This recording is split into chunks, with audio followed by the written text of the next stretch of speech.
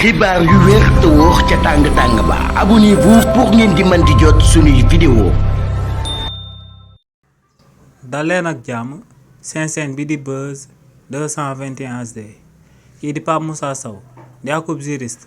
bu kenn dootu présenté ci réew mi di Sénégal yëkkati na ay kàddu daal di koy jëmale ci kàddu yi nga xam ne Moustapha Diop di actuel député biir assemblée nationale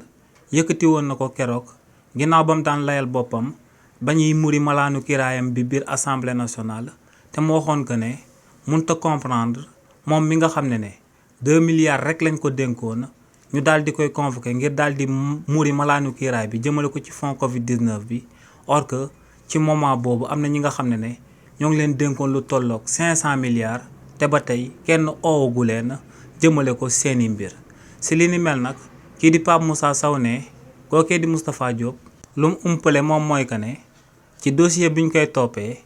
ak dossier bi nga xam ne ñoom lay lim te daal di wax que ne ñooñee dénkoon nañ leen lu tolloog 500 milliards ci réewu Sénégal ne boo moytut ñaari dossiers yooyee lañ déposé ndoo ci table procureur de la République ci réew mii di Sénégal waaye ne dossier bu nekk procureur de la République moom moo koy jàngat daal di xool dossier bi nga xam ne moom moo ëpp ay éléments ngir ñu daal di dooree dossier boobee ngir daal di toppalu ñu doon luubal alalu askan wi ci régime président Macky Sall. donc ne kii di Moustapha Diop na prendre malam en patience ndax ne ñi nga xam ne ñoo fi yoroon ay budget yu ponkal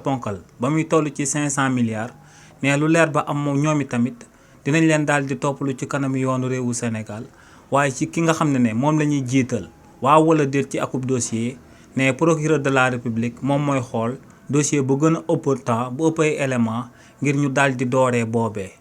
xibaar yu wér te wóor ca tàng ba abonnez-vous pour ngeen di mën di jot suñuy vidéo.